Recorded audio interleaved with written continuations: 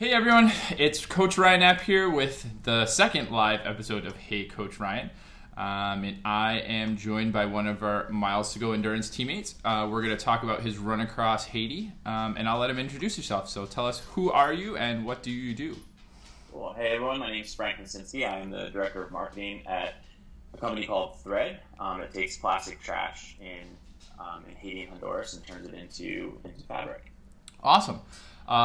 So I'm super excited to do this. The first one we did was with March after she came back from Rocky Raccoon. It got cut off because of I don't know what happened, so I'm going to be monitoring it and making sure that doesn't happen again.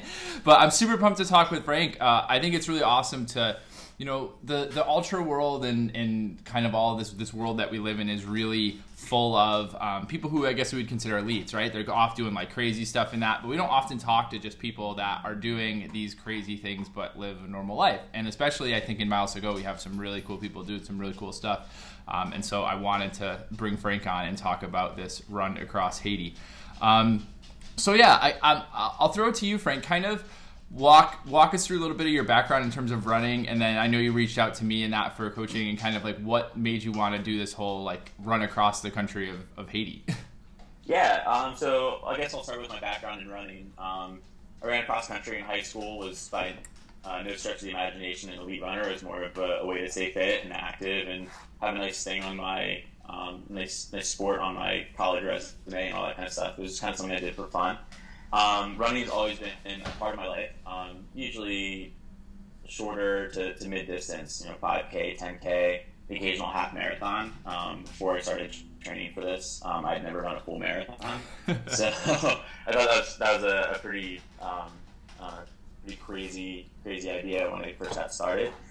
I got in touch with you through a colleague and very good friend of mine and coworker, Kelsey Holling, who had run the inaugural race, is actually the first female that we know of that has run across Haiti from the north coast all the way out to the south coast.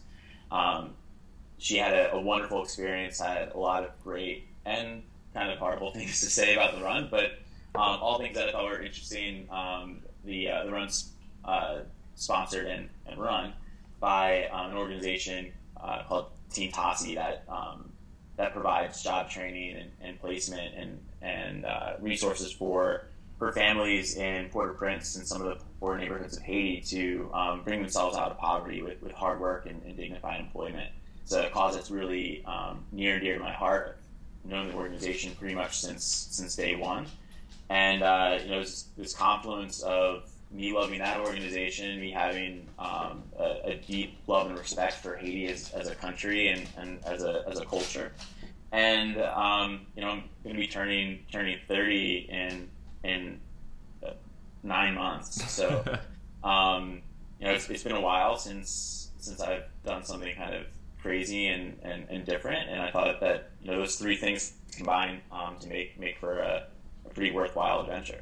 Yeah, and so last year, so to give a little bit of context too, so last year Kelsey got in touch with me and was like, I'm going to run across Haiti from the north to south coast. And I was like, okay, like, are you doing this like on your own or like what's going on? And so the whole Run Across Haiti kind of started to take shape then. She went out and did the event, and it was pretty cool. So this year I was able to be a part of it a little bit more, aside from working with Frank, and kind of help advise a little bit of some runners that were doing it along with Frank. But it really grew this year. There was only like a handful of people that did it last year, and then how many people ran or were slated to run the whole thing this year?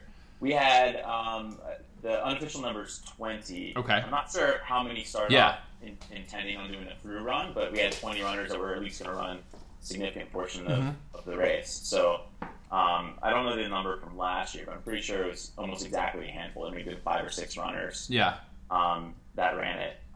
So it grew by 4x. Yeah.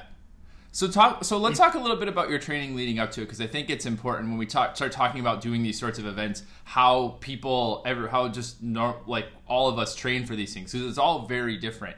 So you came to, and you had never run a marathon. So this is, Frank gave me a call. It was right after we got married. We were up in that Peninsula, Michigan, and I remember talking to him. He was like, "Oh, I'm going to do this thing," and we were just talking about going through training in that. And so talk a little bit about how training was different kind of from what you've done and how you felt like you were able to manage it and just kind of how it mixed into life? Yeah, I think, there's a very big difference between training for multiple days on your feet over and over and over again, 8 times. Yeah. Versus being able to run a long distance over the weekend and have as many days to recover as you possibly want. Yeah. So you run again. So I think the biggest shift for me, aside from having someone to guide the process, which helped a lot, nice little plug there, was to realize that it wasn't about my time necessarily. It wasn't about what I was seeing on the clock. It wasn't necessarily about shaving seconds, but it was more about putting the time in. Yeah. About getting time on your feet, getting used to the wear and tear, getting used to getting up the next day when you're sore, and getting your body acclimated to something that, the human body is an incredible thing. And I remember when we first started, maybe slated for a 30 or 45-minute run, and the next day I'd be a little tired. Yep. And by the midway to further along in the training, we'd be at an hour and 15-minute weeknight run, and the next day my body's just saying, on an off day, when are we going to run next? And right. I had to tell it not to want to run because we got so acclimated to this concept of putting time on your feet and getting your body used to those stresses and those pressures. Yeah. Yeah, and it was a big change because you came from you ran before, but then you were doing a lot of lifting and that stuff too, which was something that we wanted to keep in. So I think these interviews are also kind of cool because we'll talk a little. I'll give my little insights in terms of training and how we're looking at things. So especially with a guy like Frank, we had to increase your mileage, and we wanted to do that over the course of training, obviously, to get up to it. But we didn't want to take the big strength aspect out because that was something that you were really comfortable with in terms of you enjoyed it, and B, it's kind of part of who you were. So we dialed it back a little bit so that we weren't lifting all the time. But how did you feel the balance was there? And was it a big change to all of a sudden go from lifting a lot to running a lot? And how did you kind of feel like that was? Yeah, I think it was a pretty big shift. Yeah. So I think before we were in contact, I was probably lifting 5, maybe 6 days a week. Yeah. And in kind of sprinkling running in, and we did a complete flip of what my regular training regimen would be. What sort of lifting were you doing? Usually I mix up with I don't want to say CrossFit, but kind of a CrossFit-esque body weight warm up, and then I would do some free weight isolation work, everything from head to toe. With it, everything from upper body, lower body. Yeah. Core. For whatever reason, I like the weight training aspect of everything, and it's just something that I get excited about going to the gym. So I think that to answer your question, there was a point where I felt like I was putting in a lot of miles, but I was also fighting this kind of need and hankering to throw some weight around, so to speak. Yeah. And then I don't know what the switch was, but all of a sudden it just kind of flipped on itself, and I got more comfortable with spending 6 days on my feet and 2 days on the gym on those later, at the gym on those later days. And it was, I don't know what the linchpin was, so to speak, but there was a couple weeks there where I felt like I was trying to force maybe 2 days to get that lifting in. I was going to lose, body mass, which, we had a lot of great conversations about the science behind how much mass you need versus how much you want, and what's an appropriate body composition, and really thinking about things scientifically help. Yeah, definitely. And it's something that I'm looking at just as a larger thing is how at what point do you get so strong that you're too strong in a way, that you're just carrying around extra muscle? So that was the conversation we had a lot, which was, okay, at what point do we need to just cut down your mass so that you're not carrying as much as you need? Like if you weigh, 200 pounds and you put a 20-pound pack on, all of a sudden you have 20 extra pounds, that extra weight isn't doing anything in a backpack. Now on your body, you can argue that it's also not either, because the more that you weigh and the more muscle you have, the more oxygen you have to get to those muscles, the more blood you have to get to those muscles. So it's kind of a catch-22. You don't want to weigh 120 pounds and most of us don't want to weigh 120 pounds and try to run across, because you have to have some strength to you. And we're also all built very differently. You know, some people I coach look at a weight and they put on 20 pounds. You know, I look at a weight and I lose 10. So like it's just very different for all of us. But finding that balance for you was I think important, and we found it pretty early. And I felt like once I remember kind of, now that you say that, I remember a couple of weeks where all of a sudden it started to change, and you were like, yeah, like your logs were like having great runs, and you were experimenting with stuff, and the shift kind of happened from guy that lifted weights that ran to now a guy that runs and was lifting weights to go at Haiti.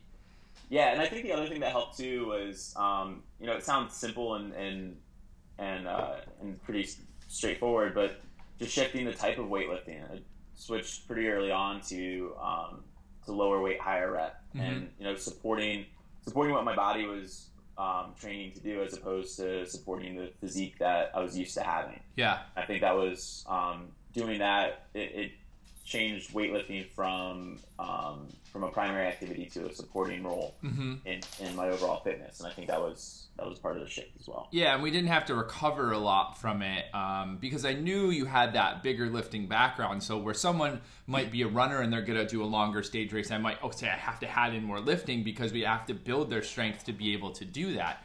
But for you, since you had the heavier lifting background, that was already there. So it's almost it's the opposite of a runner that comes with a huge base and has no strength, and we have to build up from there, and we kind of tack off the running. You were the opposite, and I think that ended up helping I think immensely as we went closer to the race, and then you know you kind of picked up that ankle knock. Yep. So tell us a little bit about that, and kind of that came a little bit too close to the end of the training cycle for our liking. Yeah, a little close for comfort. I think this was the week in between Christmas and New Year. Yeah. Right around that time. So what were we? Maybe 6 or 7 weeks out. Yeah. I had a little bit of ankle pain. Didn't really seem like anything. Not a huge deal. It got a little bit worse throughout the week, and then I left for a longer, I think it might have been like a 4-hour run on Saturday morning, and 10 minutes into the run, wasn't doing it. Which I got, in hindsight, I'm pretty glad it happened 10 minutes in, as opposed to 2.5 hours in the middle. Yeah, exactly. But yeah, so I had some pretty significant ankle pain in my left ankle for we were off my feet probably for 4 weeks. Yeah.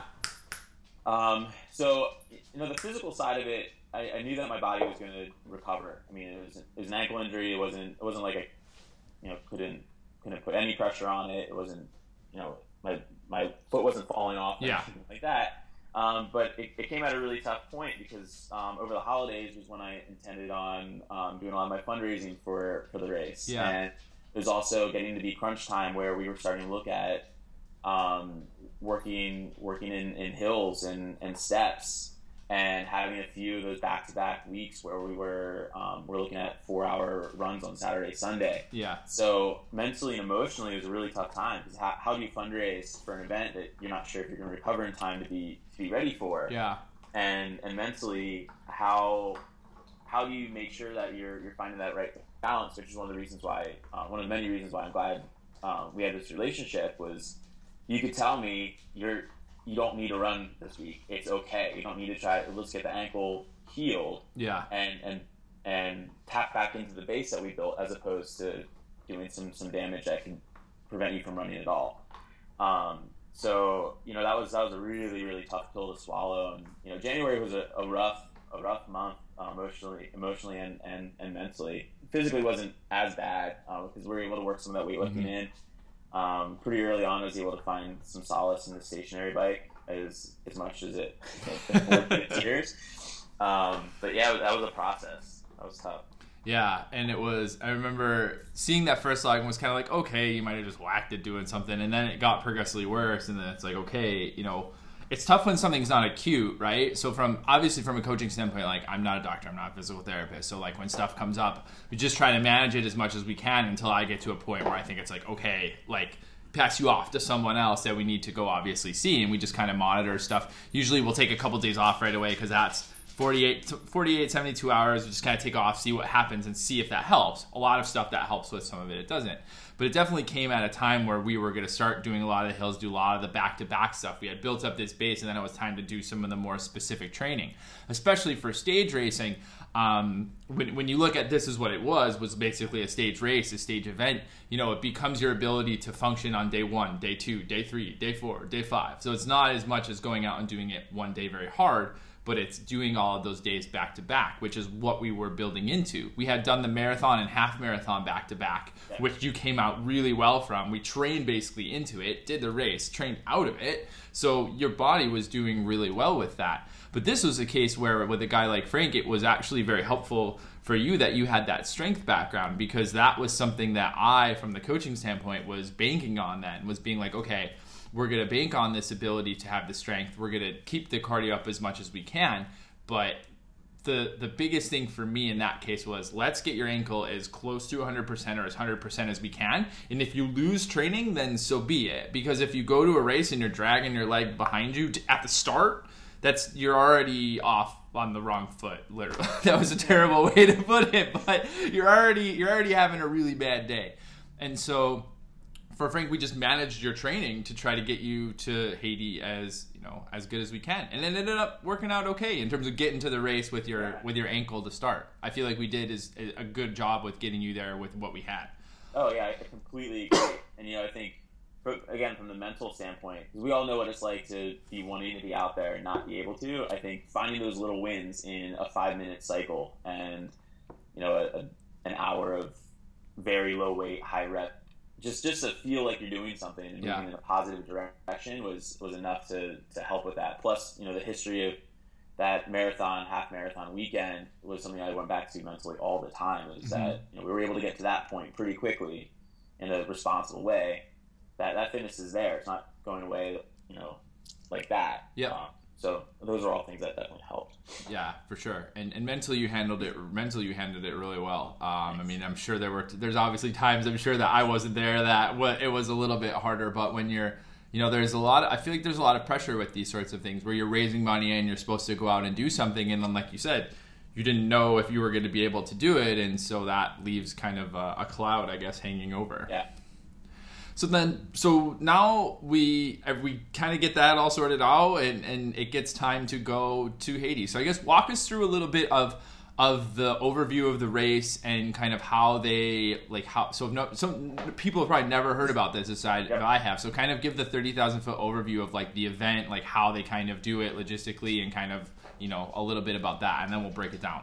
Cool, yeah. So at a very high level, the race is from the north coast of Haiti down to the south coast.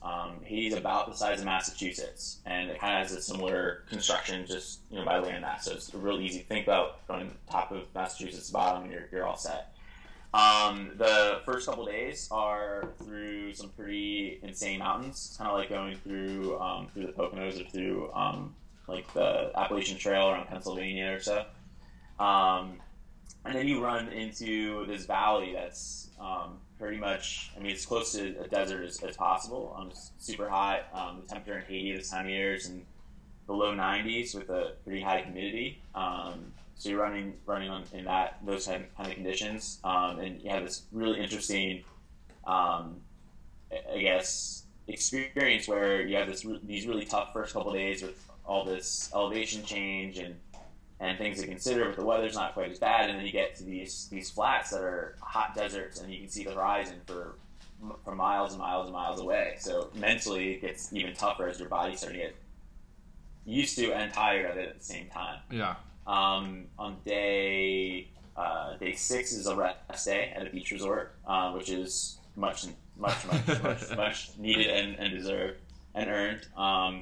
And then day 7 and 8 are these 2 killer days where you're running. I want to say the second to last day is, I think, was 29 miles. It was in the upper 20s, and then so you get in around lunchtime, or a little bit after that, and then you wake up at 11 o'clock at night and head off on a 56 miler that's through Port-au-Prince mountains and ends up at the last beach town. So.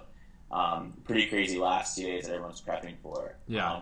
you're waking up and getting out the door, so to speak, at about 5 o'clock, 5:30 in the morning to try to beat some of the sun and some of the heat, and you just kind of rinse and repeat every day except for that rest day. So how do you get the food and fuel and that out there? Like, how do they support you? Yeah, so the support for this race is really, I think it's top notch.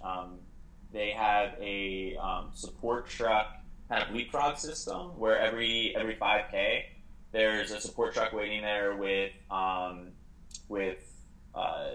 water, some basic nutrition like Clif Bars and some blocks and that sort of stuff.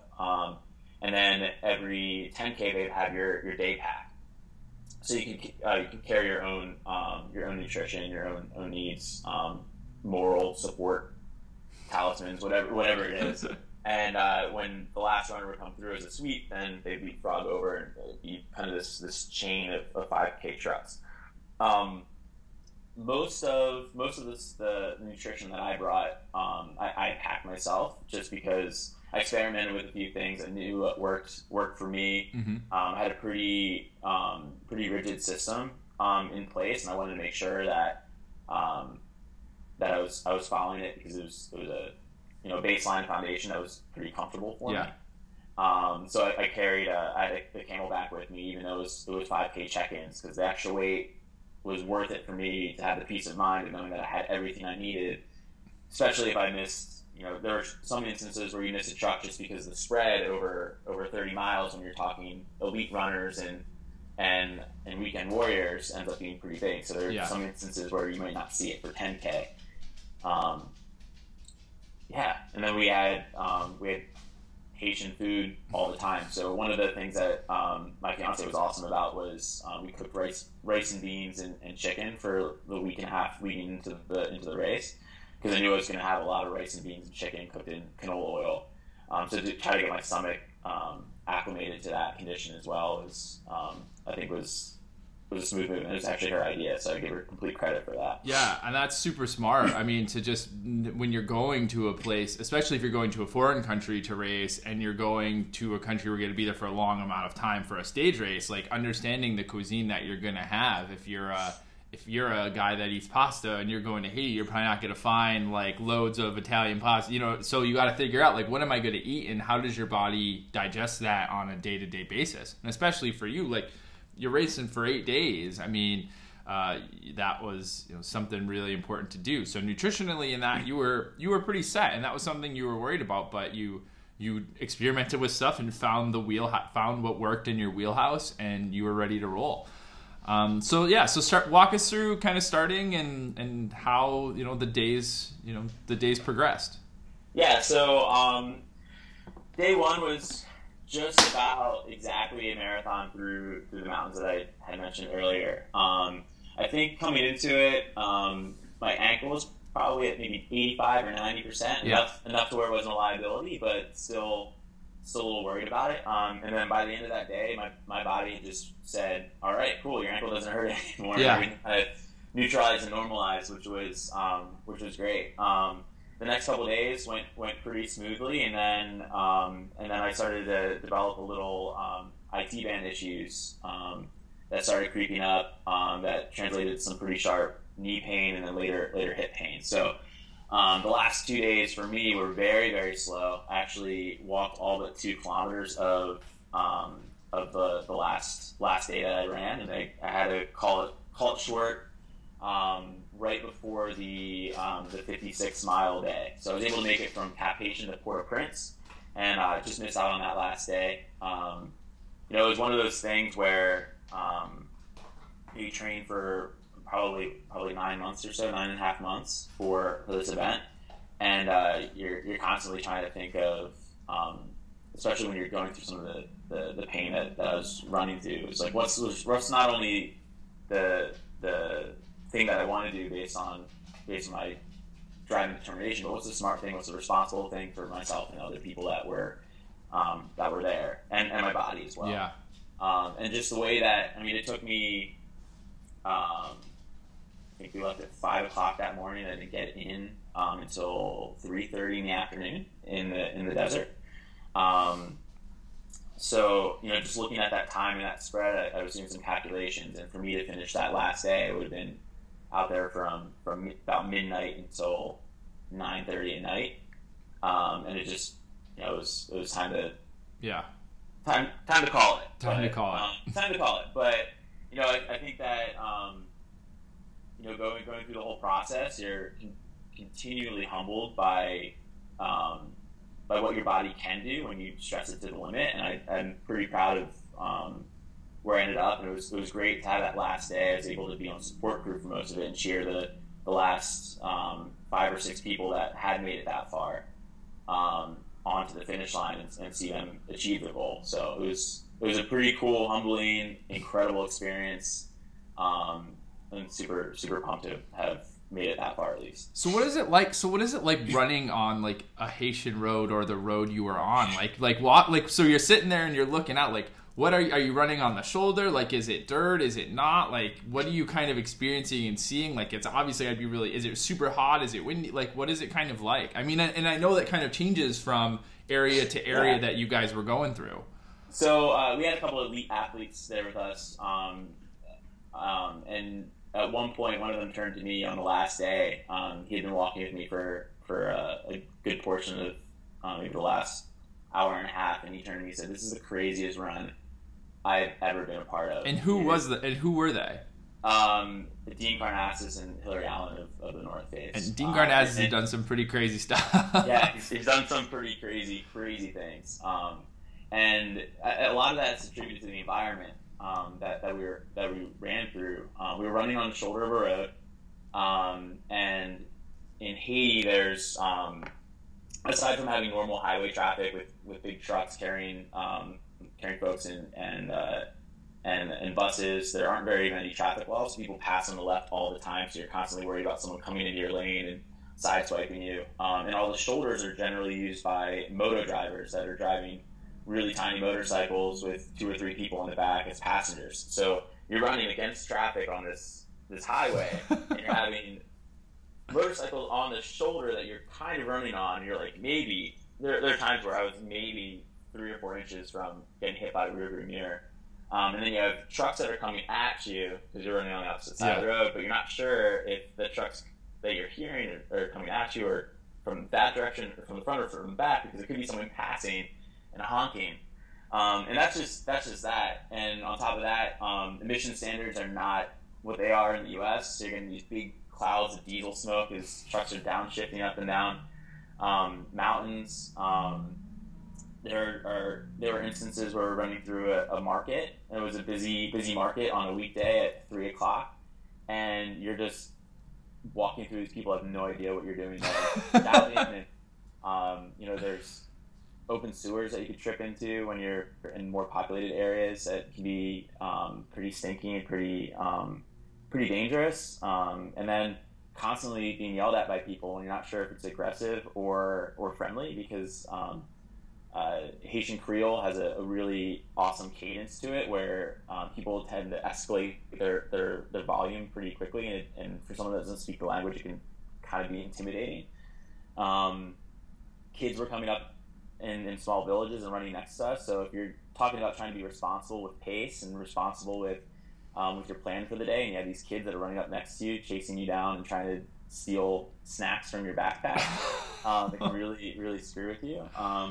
And then, that's all the negative stuff, but on the plus side, you're getting to see this incredible country that very few people get to see from literally from the ground, from north to south. And, you're bumping into people that are curious and excited that you're doing this. If you're able to communicate a bit and tell them what you're doing and why you're doing it, they're super excited.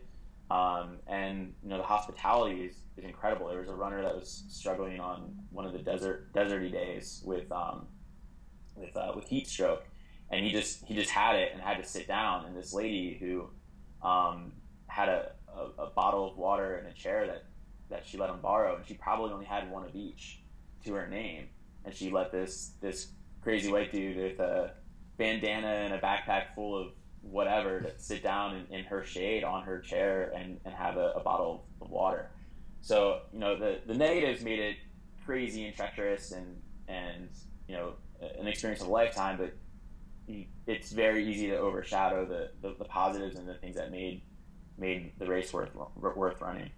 Yeah, and I remember talking about when you came home and hearing just how crazy it was, and hearing Dean say that, it's kind of like, oh, the guy that has been through a lot. But from the coaching standpoint, I didn't even think of the amount of mental stuff that you would actually go through. And then when we talked about it, I was like, oh my God, like it is such a mental race. And even though you guys are supported, like you said, you're having to worry, and the people get stretched out, and all of a sudden you're having a rough day, like with your IT band flares up, and then you have to walk. And so you thought it was going to take you a half hour, and now it's going to take you an hour and 15 minutes or an hour and 20 minutes, and it's 85 degrees, and all these things you have to kind of think about and manage and kind of. There's a point, and this is not a knock on the support crew at all.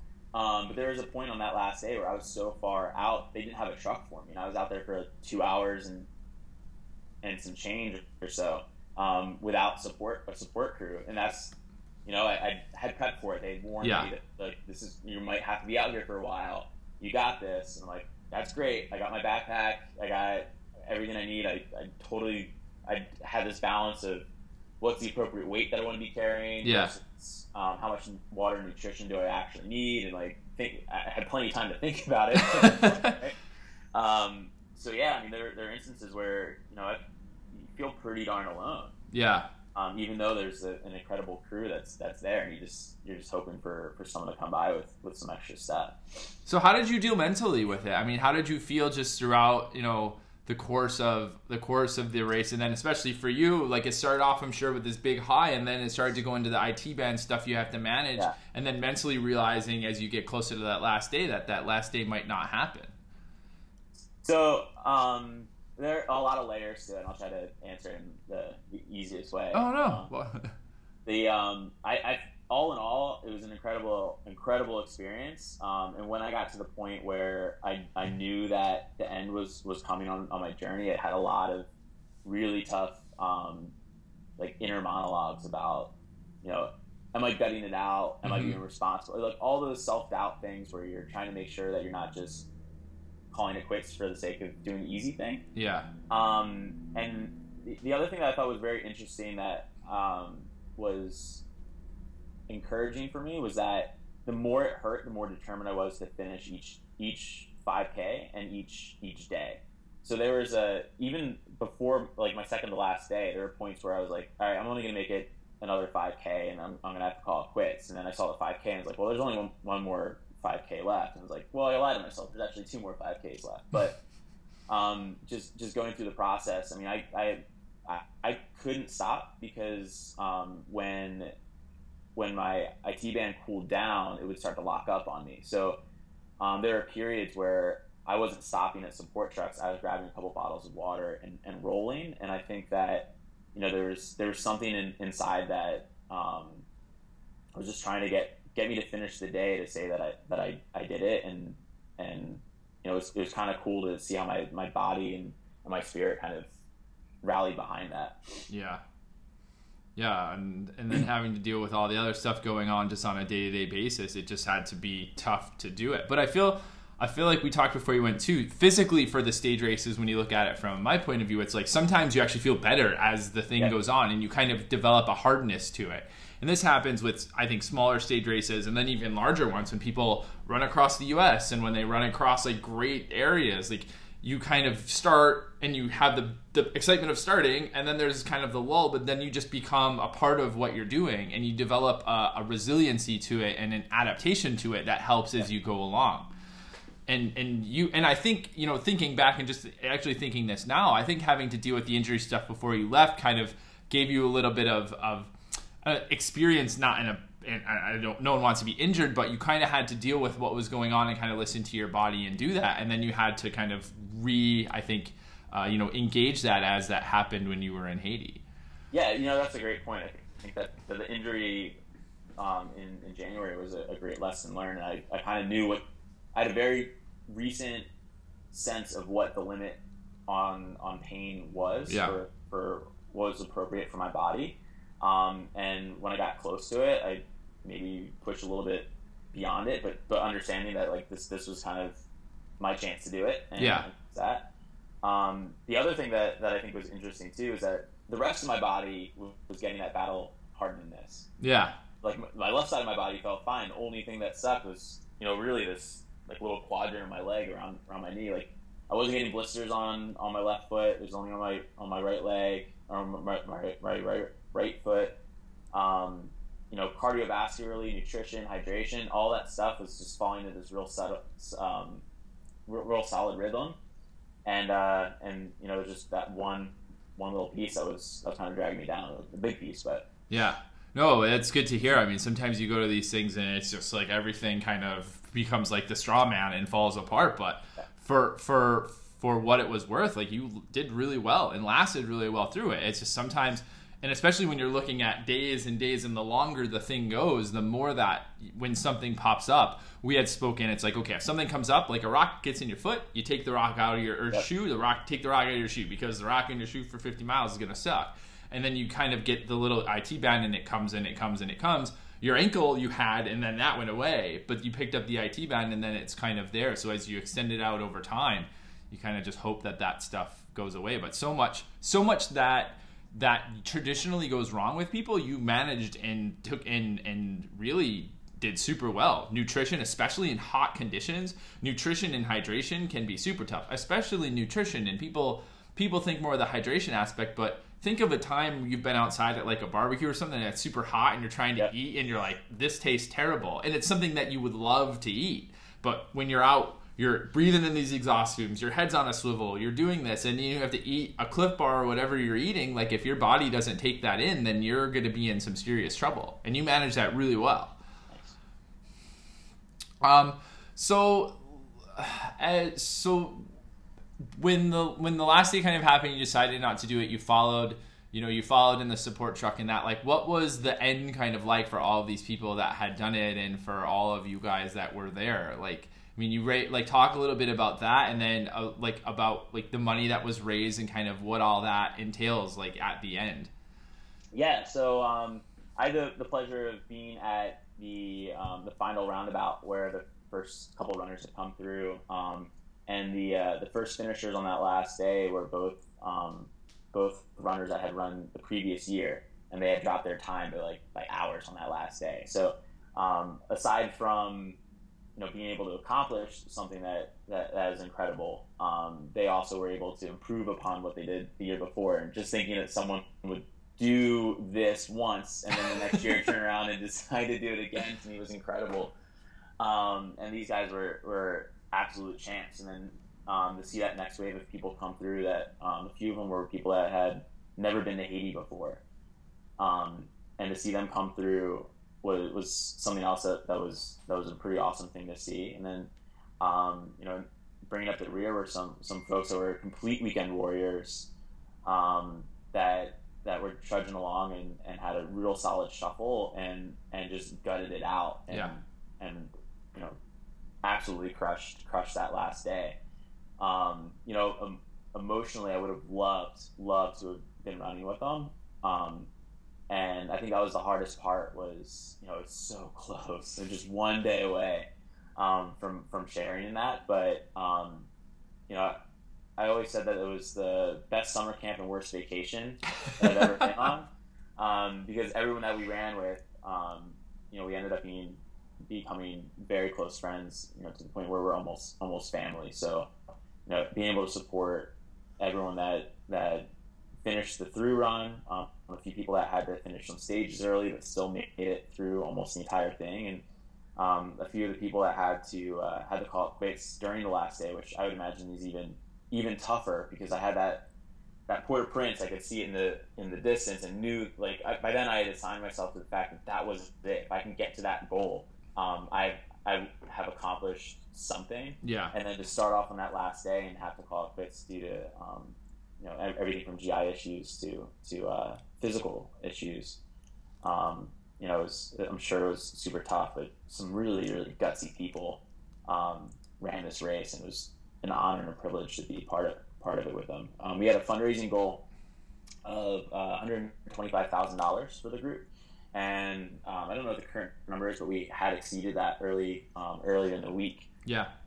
We had some internet issues, which was one of the biggest drags about the trip. Was I couldn't contact you with any of my ailments, and we also had a hard time sending photos and fundraising emails out. So we extended our deadline to be a little bit further than the race, just to have that follow on and get those last dollars to come in. And each one of those donations and each one of those dollars goes to support some neighborhoods that are just like the ones we ran through.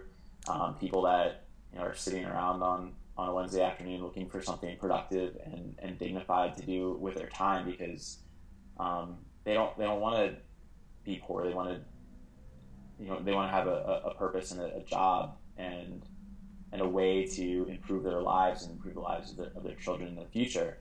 They just simply don't have access to the opportunity. So, knowing that all that kind of tied back into this experience and went to a place that is more than just giving folks a bag of rice or a pair of shoes. It's actionable, dig yourself out of poverty, grittiness that I completely respected and admire. Was something that was super cool. Yeah, and it's funny you say the gritty part. I mean, that's something that was being there in that environment and seeing it. Did it kind of put into perspective the things that were, I guess, going wrong or whatever? You're kind of looking around and you're like, oh, well, I can suck it up because everyone seems to be sucking it up around me. Yeah, I think that's an interesting thing about this race is that you're gritty is a great word for it. You're constantly. I mean, some of the legs that we ran or walked were commutes for people. Walking 10 miles to the nearest town to go grocery shopping once a week is a normal thing. Walking miles and miles to get a proper education is a normal thing. Some kids run, some kids walk. However they're doing it on their feet, and they're just doing it as a matter of course, as a matter of existence. Mm-hmm. And we're struggling through it as folks that have trained 9 months in pretty crazy conditions to get there. So it really starts to drive the point home. And each day, that environmental aspect, the sensory overload, starts to really, really play with you in a positive way, where you're starting to realize the scope of what's going on. Yeah. And in that night before the last day, we get to go spend time with some of the families in Port-au-Prince that are receiving these funds and this money and support.